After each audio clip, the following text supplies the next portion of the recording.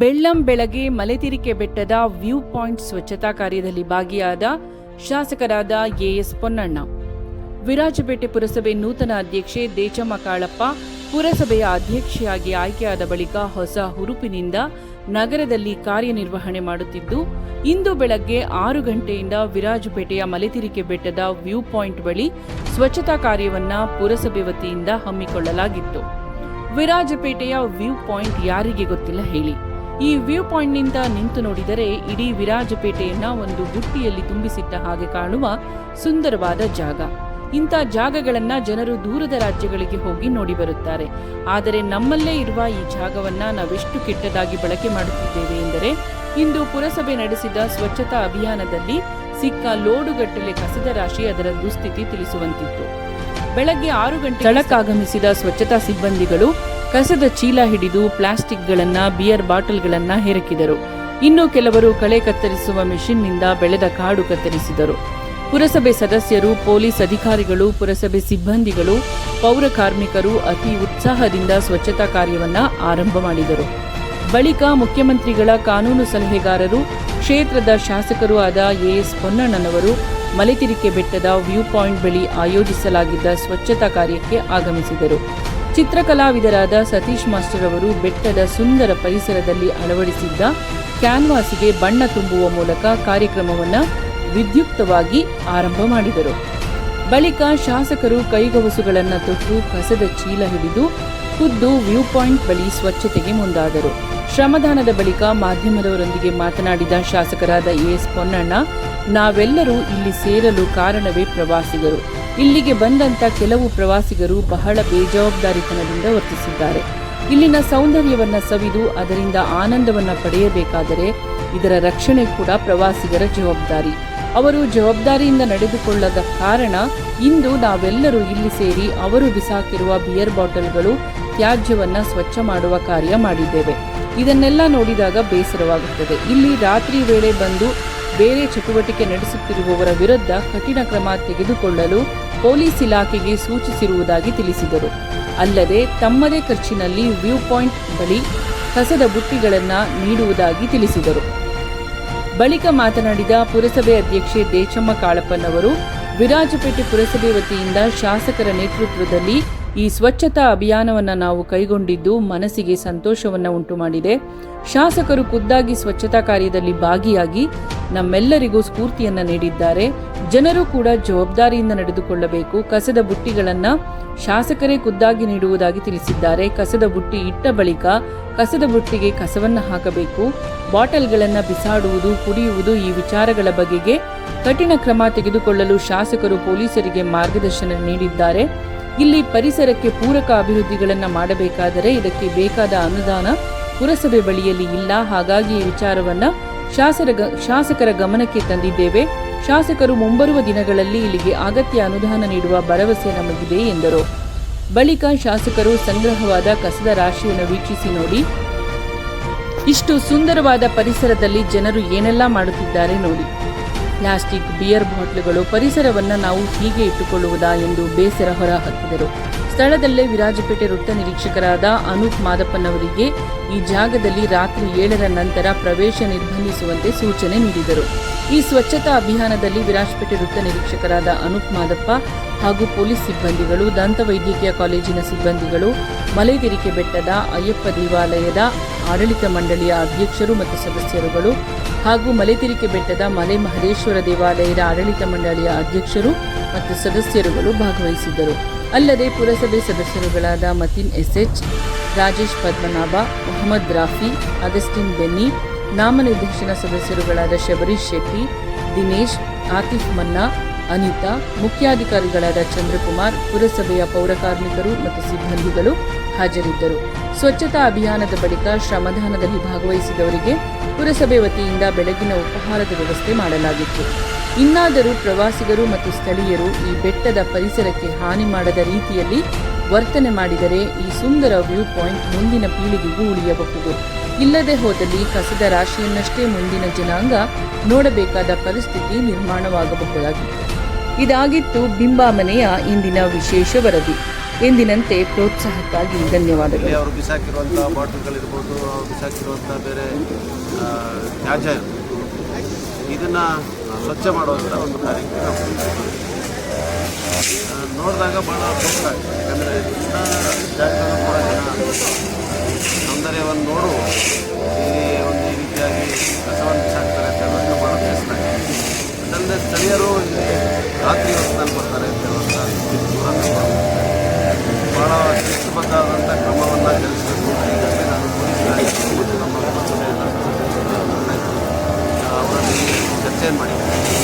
ಬಹುತೇಕ ಪ್ರವಾಸಿಗರಿಗೆ ರಾತ್ರಿ 7:30ಯಿಂದ ನಿಷೇಧ ಮಾಡುವಂಥ ಕ್ರಮವನ್ನು ಕೂಡ ಜರುಗಿಸಬೇಕಾಗಿದೆ. ಮತ್ತು ಇವತ್ತಿನ ಸ್ವಚ್ಛತಾ ಕಾರ್ಯಕ್ರಮದ ನಂತರ ಎಲ್ಲ ಸ್ಥಳಗಳಲ್ಲಿ ಅವಶ್ಯ ಇರುವಂಥ ಡಸ್ಟ್ಬಿನ್ಗಳನ್ನು ಕೂಡ ಮತ್ತು CCTV ಕ್ಯಾಮರಾವನ್ನು ಕೂಡ ಎಲ್ಲ ಕ್ರಮವನ್ನು ಜರುಗಿಸ್ಬೋದು. ಅಲ್ಲಿ ತಕ್ಷಣ ಕೆಲಸ ದಿನಗಳಲ್ಲಿ ಮಾಡ್ತೀವಿ. ಆದರೆ ಭಾಳ ಮುಖ್ಯವಾಗಿ ನಮ್ಮ ಜವಾಬ್ದಾರಿಯನ್ನು ನಾವೇ ಅರ್ಥ ಈಗ ಒಂದು ಬಾರಿಗೆ ನಾವು ಇದನ್ನು ಸ್ವಚ್ಛ ಮಾಡಿ ಇಟ್ಟರೆ ಉಳಿಬೇಕಾದ್ರೆ ಈ ಬಾಟಲ್ಗಳು ಬಿಸಾಕೋದ್ರಿಂದ, ತ್ಯಾಜ್ಯವನ್ನು ಬಿಸಾಕೋದ್ರಿಂದ, ಕಸವನ್ನು ಬಿಸಾಕೋದ್ರಿಂದ ಪರಿಸರಕ್ಕೆ ಹಾನಿಯಾಗಿದೆ. ಈ ಪರಿಸರ ನಮ್ಮದಲ್ಲ, ಪರಿಸರ ಮುಂದಿನ ಪೀಳಿಗೆಗೆ ರಕ್ಷಿಸುವಂಥ ಒಂದು ಜವಾಬ್ದಾರಿ ಹೇಳೋದನ್ನು ಅರಿಸ್ಕೊಂಡು ಎಲ್ಲರೂ ಕೂಡ ಕೈ ಜೋಡಿಸಿ ಕೆಲಸ ಮಾಡಿದ್ರೆ ಒಂದು ಸ್ವಚ್ಛವಾದಂಥ ಕೊಡಗಿನ ನಾಡನ್ನು ನಾವು ನಿರ್ಮಾಣ ಮಾಡಬಹುದು. ಅದು ಮಾಡಬಹುದು. ಸ್ವಚ್ಛತೆಗೆ ಆದ್ಯತೆಯನ್ನು ಕೊಡ್ತಾ ಇದ್ದೀವಿ. ಇದನ್ನು ಒಳ್ಳೆಯ ಕಾರ್ಯಕ್ರಮವನ್ನು ಈಗಾಗಲೇ ನಗರ ಭಾಗದಲ್ಲಿ ಸ್ವಚ್ಛತಾ ಕಾರ್ಯಕ್ರಮವನ್ನು ಪುರಸಭೆಯ ಅಧೀನದಲ್ಲಿ ನಡೆಸಿದ್ದೇವೆ. ಮತ್ತು ಕೆಲವು ಸಂಸ್ಥೆಗಳ ಜೊತೆ ಕೂಡ ಕೈಗೊಳಿಸಿ ಹೀರೆಪೊಳೆ ಇರ್ಬೋದು ಮತ್ತು ಬೇರೆ ಭಾಗದಲ್ಲಿ ಇದು ನನ್ನ ದಿನದ ಆಚರಣೆಯನ್ನು ಕೂಡ ಇಡೀ ಕ್ಷೇತ್ರದ ಸ್ವಚ್ಛತೆಯನ್ನು ಮಾಡುವಂಥ ಕಾರ್ಯಕ್ರಮವನ್ನು ತೊಡಗಿಸ್ಕೊಂಡು ಮಾಡಿದ್ದೇವೆ. ಇದರ ಉದ್ದೇಶ ಏನು ಅಂತ ಹೇಳಿದ್ರೆ ಜನರಿಗೆ ಒಂದು ಸಂದೇಶ, ಸ್ವಚ್ಛತೆ ಆದ್ಯತೆ ಇದೆ, ಸ್ವಚ್ಛತೆಯನ್ನು ಕಾಪಾಡಬೇಕು, ಪರಿಸರವನ್ನು ಉಳಿಸಬೇಕು, ನಾಡನ್ನು ರಕ್ಷಿಸಬೇಕು ಅಂತ ಹೇಳುವಂಥದ್ದು ಉದ್ದೇಶ. ಆ ಒಂದು ಸಂದೇಶ ಕ್ಷೇತ್ರದ ಎಲ್ಲ ಜನರು ಹೋಗಲಿ ಅಂತ ಹೇಳುವಂಥ ಕಾರಣವನ್ನು ಪ್ರಮುಖವಾಗಿ ಈ ಒಂದು ತಾಣ ಏನಿದೆ ಸರ್, ಪ್ರವಾಸಿಗೆ ಸರಳ ಪ್ರಮಾಣವಾಗಿ ಆದರೂ ಇಲ್ಲಿ ಕಲ್ಲು ಬೆಂಚುಗಳು ಆ ಥರದ್ದೇನೋ ಮಾಡ್ಬೋದು ಅಂತ ಅದು ಮಾಡೋಣ. ಅದೀಗ ಬೆಂಚ್ಗಳು ಕೊಡುವಂಥದ್ದು ಮಾಡಿ ಒಂದು ಫೆನ್ಸಿಂಗ್ ಮಾಡುವಂಥದ್ದನ್ನೆಲ್ಲ ಮಾಡುವಂಥ ಕೆಲಸ ಮಾಡ್ಬೋದು. ಮತ್ತು ಒಂದು ದೊಡ್ಡ ಕಾರ್ಯಕ್ರಮವನ್ನು ಕೂಡ ಯೋಚನೆ ಮಾಡ್ತಾ ಇದ್ದೀವಿ ನಾವು. ಆದರೆ ಭಾಳ ಮುಖ್ಯವಾಗಿ ಇದನ್ನು ಈ ಥರ ನೋಡಿದಾಗ ಮತ್ತೆ ಇದು ಇನ್ನಷ್ಟು ಈ ರೀತಿಯಾದಂಥ ಬೇಜವಾಬ್ದಾರಿಯ ವರ್ತನೆಗೆ ನಾವು ಅವಕಾಶ ಮಾಡಿಕೊಡ್ಬೋದು. ಅದನ್ನು ಕೂಡ ಕ್ರಮ ಜರುಗಿಸ್ತೀವಿ.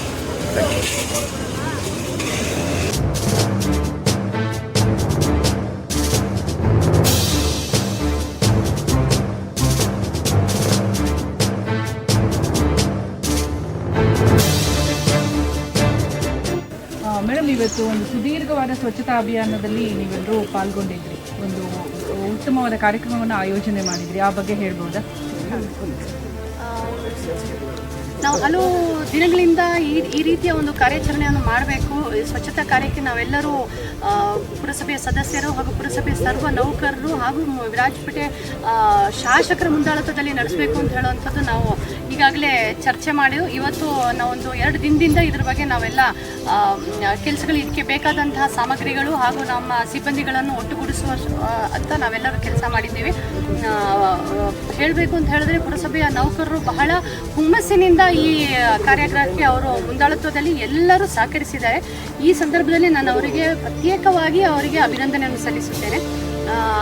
ಇವತ್ತು ನಾವು ಸದಸ್ಯರೆಲ್ಲರೂ ಈ ಒಂದು ಕೆಲಸಕ್ಕೆ ಬಂದಿರುವಾಗ ಈಗ ನಮಗೆ ಗೊತ್ತಾಗ್ತಾ ಇದೆ ಏನು ಅಂತ ಹೇಳಿದ್ರೆ ಪುರಸಭೆ ನೌಕರರ ಕಷ್ಟ ಏನು, ಅವರು ಬೆಳಗಿನ ಜಾವ ಎಷ್ಟು ಹೊತ್ತಿಗೆ ಬರಬೇಕು, ಕೆಲಸಕ್ಕೆ ಬರಬೇಕು, ಯಾವ್ಯಾವ ರೀತಿಯ ಕಷ್ಟಗಳನ್ನು ಅವರು ನೋಡಬೇಕು, ಯಾವ್ಯಾವ ರೀತಿಯ ತ್ಯಾಜ್ಯಗಳನ್ನು ಅವರು ಬೇರ್ಪಡೆ ಮಾಡಬೇಕು ಅಂತ ಹೇಳುವಂಥದ್ದು ನಮಗೆ ಕೂಡ ಅರಿವಾಗಿದೆ. ಈ ಒಂದು ಸಂದರ್ಭದಲ್ಲಿ ನಾನು ಸಾರ್ವಜನಿಕರಲ್ಲಿ ಹೇಳಲಿಕ್ಕೆ ಏನು ಇಚ್ಛಿಸುತ್ತೇನೆ ಅಂತ ಹೇಳಿದ್ರೆ, ನಮ್ಮ ಪರಿಸರ ಏನಿದೆ ಅದು ಕೊಡಗು ಅಂತ ಹೇಳಿದ್ರೆ it is called as A Scotland of India ಅಂತ ಹೇಳುವಂಥದ್ದು. ಅಷ್ಟು ಒಂದು ಗ್ರೀನರಿಯಿಂದ ತುಂಬಿರುವಂತಹ ಒಂದು ಜಾಗ.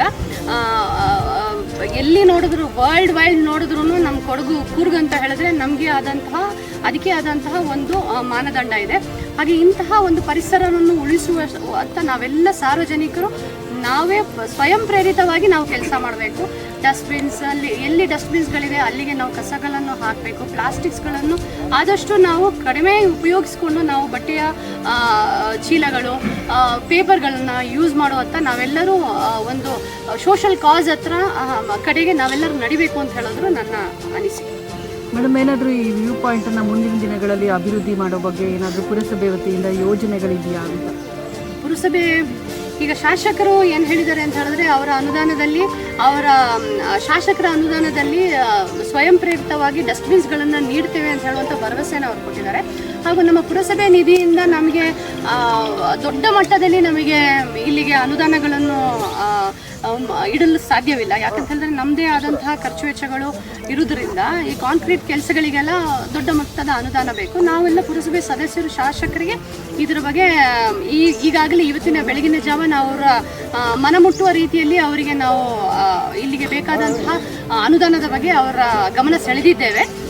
ಮುಂದಿನ ದಿನಗಳಲ್ಲಿ ಖಂಡಿತವಾಗಿ ಶಾಸಕರು ನಮಗೆ ಇದಕ್ಕೆ ಬೇಕಾದಂಥ ಅನುದಾನಗಳನ್ನು ಕೊಟ್ಟು ನಮ್ಮ ವಿರಾಜಪೇಟೆಯನ್ನು ಒಂದು ಮಾದರಿ ಪಟ್ಟಣವಾಗಿ ಮಾಡಲು ಅವರು ಖಂಡಿತವಾಗಿ ಪಣ ತೊಡ್ತಾರೆ ಅಂತ ಹೇಳುವಂಥ ಭರವಸೆ ನಮಗೆ.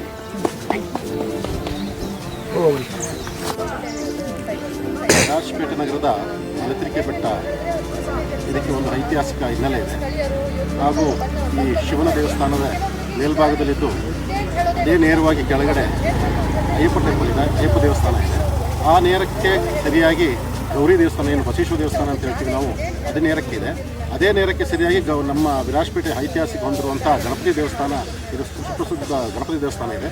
ಅದರ ಕೆಳಭಾಗದಲ್ಲಿ ನಮಗೆ ಗೌರಿ ಕೆರೆ ಕಾಣ್ಬೋದು. ಇದು ಐತಿಹಾಸಿಕ ಹಿನ್ನೆಲೆಯುವಂಥದ್ದು. ಯಾಕೆಂದರೆ ಮೇಲೆ ಶಿವ, ಆಮೇಲೆ ಮಗ ಒಂದು ಅಯ್ಯಪ್ಪನ ಟೆಂಪಲ್ಲು, ಮತ್ತು ಒಂದು ತಾಯಿ ಗೌರಿ ಟೆಂಪಲ್ಲು, ಹಾಗೆ ಶಿವ ಗಣಪತಿ, ಮತ್ತು ಇದನ್ನೆಲ್ಲ ಕೂಡುವಂಥದ್ದು ಗೌರಿ ಕೆರೆ. ಹಾಗಾಗಿ ಹಿನ್ನೆಲೆ ಇರುವಂಥ ಇದೊಂದು ಇವತ್ತಿನ ಸ್ವಚ್ಛತಾ ಅಭಿಯಾನದಲ್ಲಿ. ಮತ್ತು ನಿಮಗೆ ಇನ್ನೊಂದು ವ್ಯೂ ಪಾಯಿಂಟ್ ನೀವು ಹೋದಾಗ ನೀವು ನೋಡ್ಬೋದು.